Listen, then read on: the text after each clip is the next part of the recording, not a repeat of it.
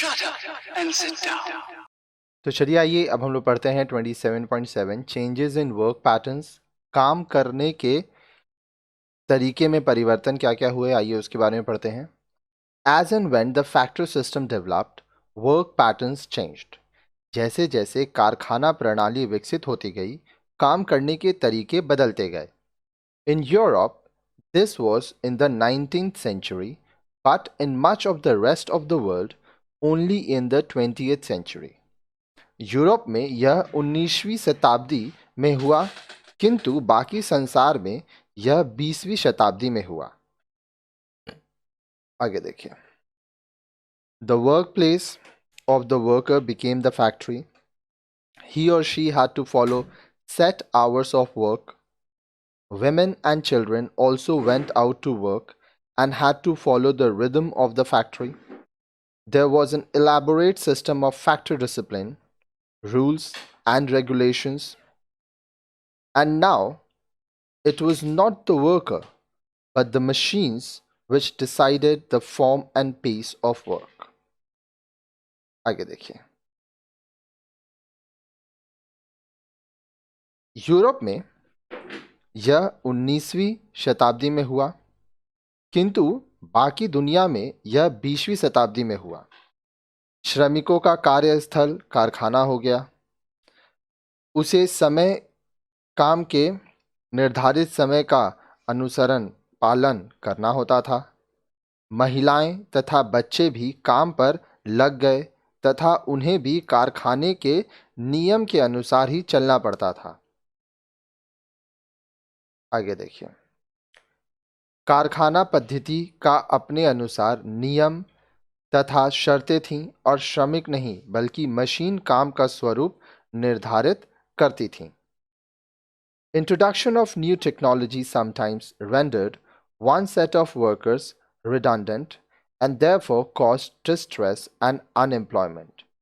At other times, they had to learn new skills in order to adapt themselves to new machinery. नई तकनीक का आविष्कार बहुधा छटनी का कारण बना था।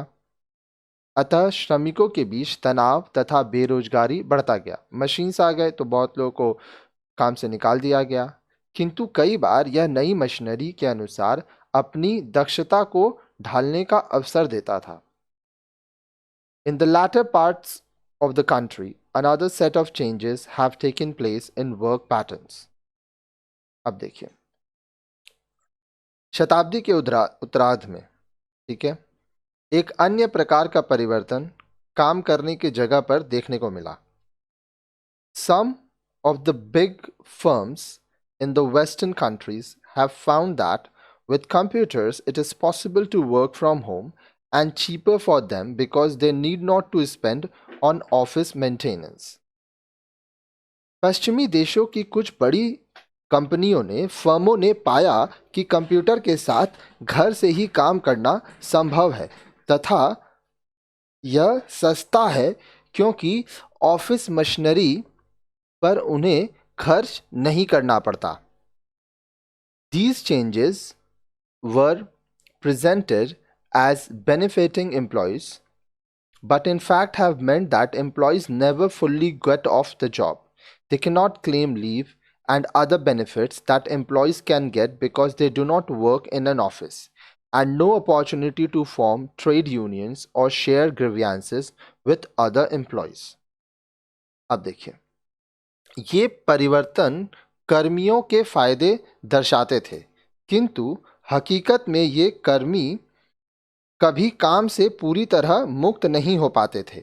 वे छुट्टी तथा अन्य सुविधाएं नहीं मांग सकते थे क्योंकि वे नौकरी नहीं करते थे तथा ट्रेड यूनियन, श्रमिक संघ की स्थापना तथा अन्य सहयोगियों के साथ दुख बांटना क्या कोई अवसर भी नहीं मांग सकते थे।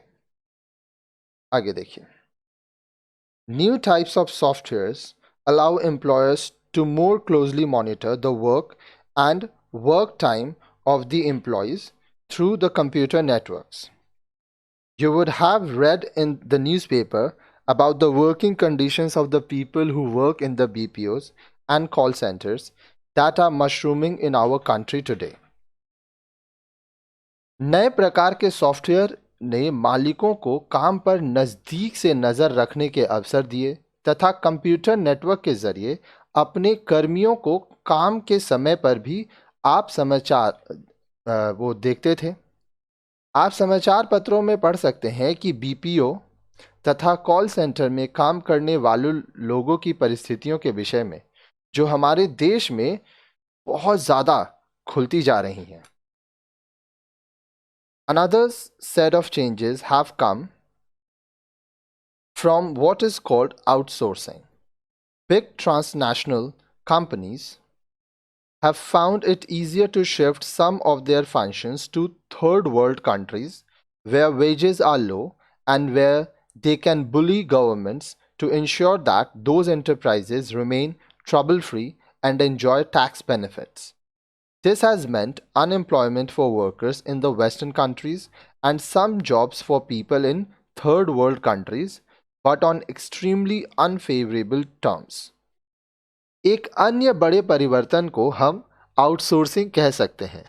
बड़ी राष्ट्र कंपनियों के लिए यह बड़े फायदे का सौदा होता है कि वे अपने कुछ काम को तीसरी दुनिया के देशों को दे देते हैं जहां वेतन कम है तथा जहां वे सरकार को करों में छूट के लिए दबाव बना सकें।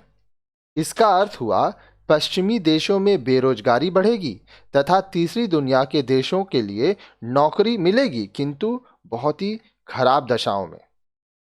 आगे देखिए, big multinational companies have also brought back the era of sweatshops where they contract jobs to small enterprises, which means production often takes place at home.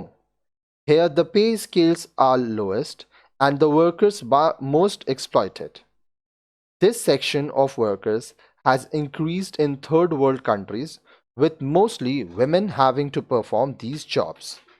बड़ी बहुराष्ट्रीय कंपनियों ने छोटी दुकानों का दौर भी वापस बुलाया है जहां वे अपना काम ठेके पर दे पाएं, जिसका अर्थ हुआ कि उत्पादन घर में ही होता था। यहाँ वेतन बहुत कम था तथा श्रमिक अत्यधिक शोषित थे। क्योंकि इस प्रकार का काम तीसरी दुनिया के देशों में तेजी से बढ़ा, अधिकतर महिलाएं ये काम करना चाहती हैं।